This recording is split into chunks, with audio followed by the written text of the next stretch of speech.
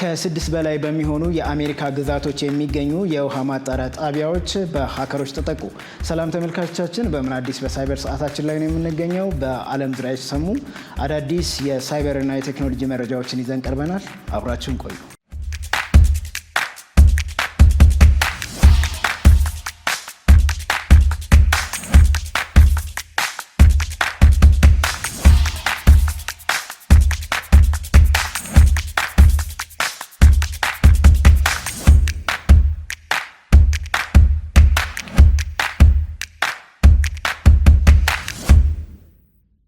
በበርካታ የአሜሪካ ግዛቶች በተለይም በሚኒሶታ፣ ጆርጂያ እና ሌሎች አጎራባች አካባቢዎች የሚገኙ የህዝብ የውሃና ፍሳሽ አገልግሎት ጣቢያዎች በኢራን የሀከር ቡድኖች ከባድ የሳይበር ጥቃት እንደደረሰባቸው ተገለጸ። ሲአይኤስኤ፣ ኤፍቢአይ እና ኢፒኤ ባወጡት የጋራ መግለጫ አብዛኞቹ አነስተኛ የከተማ ውሃ ጣቢያዎች የውሃ ፍሰቱንና ግፊቱን ለመቆጣጠር እንደ ፕሮግራሜብል ሎጂክ ኮንትሮለርስ እና ሂውማን ማሽን ኢንተርፌስ የመሳሰሉ ኦፕሬሽናል ቴክኖሎጂዎችን ተጠቅመው ጥቃቱን እንዳደረሱ ገልጸዋል። እነዚህ መሳሪያዎች በቀጥታ ከኢንተርኔት ጋር የተገናኙ ስለሆኑና ደካማ የይለፍ ቃል የሚጠቀሙ በመሆናቸው ሀከሮች በቀላሉ እንዲገቡ አድርጓቸዋል። ሀከሮቹ ሲስተም ውስጥ ከገቡ በኋላ የትዕዛዝ መቆጣጠሪያ ፓስወርዶችን በመቀየር የውሃ ግፊት መቆጣጠሪያዎችንና ሴንሰሮችን በማበላሸት አጠቃላይ ሂደቱን አስተጓጉለውታል።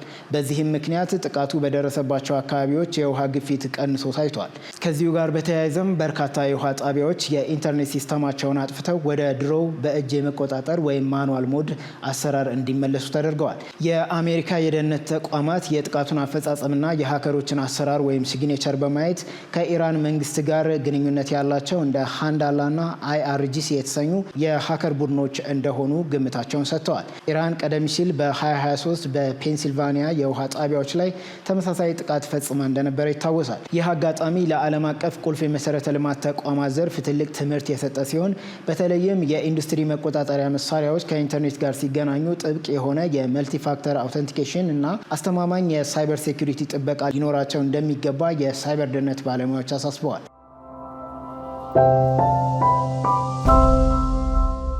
ወደ ቀጣዩ መረጃችን ስናመራ ጎግል የምልክት ቋንቋን ወደ ጽሁፍ የሚተረጉም ሰው ሰራሽ አስተውሎት መስራቱን አሳወቀ። ጎግል ኩባንያ ኤስኤል2ቲ የተሰኘ የምልክት ቋንቋዎችን ወደ ጽሁፍ የሚቀይር ሰው ሰራሽ አስተውሎትን አስተዋወቀ። ኩባንያው ይፋ ያደረገው ይህ ሰው ሰራሽ አስተውሎት ተጠቃሚዎች የምልክት ቋንቋን ብቻ በመጠቀም ከጄሚናይ ሰው ሰራሽ አስተውሎት ጋር መነጋገር እንዲችሉ መደረጉ ታውቋል። ጎግል ይህን ሰው ሰራሽ አስተውሎት ለማሰልጠን ከ50 በላይ የምልክት ቋንቋዎችንና ከ100,000 ሰዓት በላይ የሚሆኑ የምልክት ቋንቋ ዴታዎችን መጠቀሙን አመላክቷል። የምልክት ቋንቋን ከባድ የሚያደርገው የእጅ እንቅስቃሴን ብቻ ሳይሆን የፊት ገጽታን፣ የራስና የሰውነት እንቅስቃሴን በአንድ ላይ መረዳት የሚጠይቅ መሆኑ ነው ያለው ኩባንያው ከ100,000 ሰዓት በላይ የምልክት ቋንቋ እንቅስቃሴዎችን የሚያመላክቱ ቪዲዮዎች ሰው ሰራሽ አስተውሎቱን ለማሰልጠን መጠቀሙን ገልጿል። በመሆኑም ይህ ሰው ሰራሽ አስተውሎት የምልክት ቋንቋ ተናጋሪዎችን ሁለንተናዊ እንቅስቃሴ በቪዲዮ በመውሰድ ወደ ጽሁፍ የሚቀይርና መረጃዎችን ከወሰደ በኋላ ቪዲዮዎችን የሚያስወግድ መሆኑ ተነግሯል። አገልግሎቱ በአሜሪካ የምልክት ቋንቋ በፒክሰል 11 ስልኮች በጂቦርድና ላይቭ ትራንስክራይብ መተግበሪያዎች የቀረበ መሆኑን የገለጸው ጉግል ኩባንያው ወደፊት ይህንን አገልግሎት በሁሉም የዓለም ሀገራት ተግባራዊ እንደሚያደርግ አስታውቋል። ኩባንያው ይህንን አሰራር የገነባው መስማት የተሳናቸው ሰዎችና ድርጅቶች በማሳተፍ ሲሆን ወደፊት የስማርትፎን ሞዴሎች ለማስፋትና በቀጣይ ማሻሻያዎች ተጨማሪ ዓለም አቀፍ የምልክት ቋንቋዎችን ድጋፍ ለማስተዋወቅ አቅዷል ሲል ያስነበበው ኢንተረስቲንግ ኢንጂነሪንግ ነው።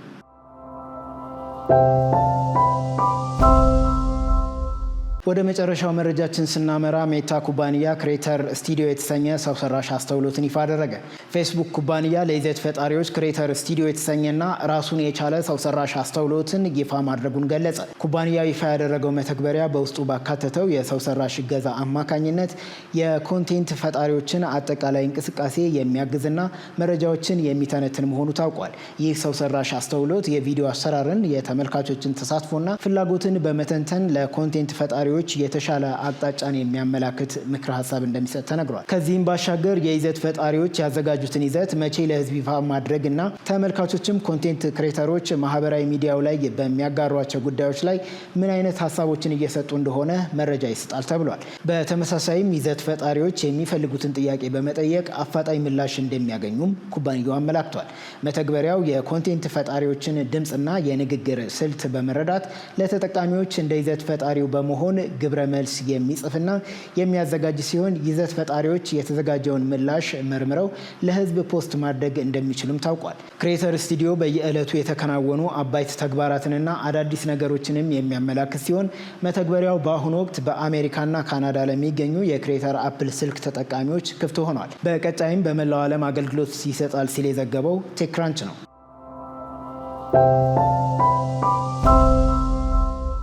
ተመልካቾቻችን የዛሬው የምን አዲስ በሳይበር መረጃዎቻችን የተከታተላችኋቸውን ይመስሉ ነበር። ሳምንት በሌሎች መረጃዎች እንጠብቃችኋለን። ስንታዩ ተስፋዬ ነበርኩኝ። ቸር ሰንብቱልን።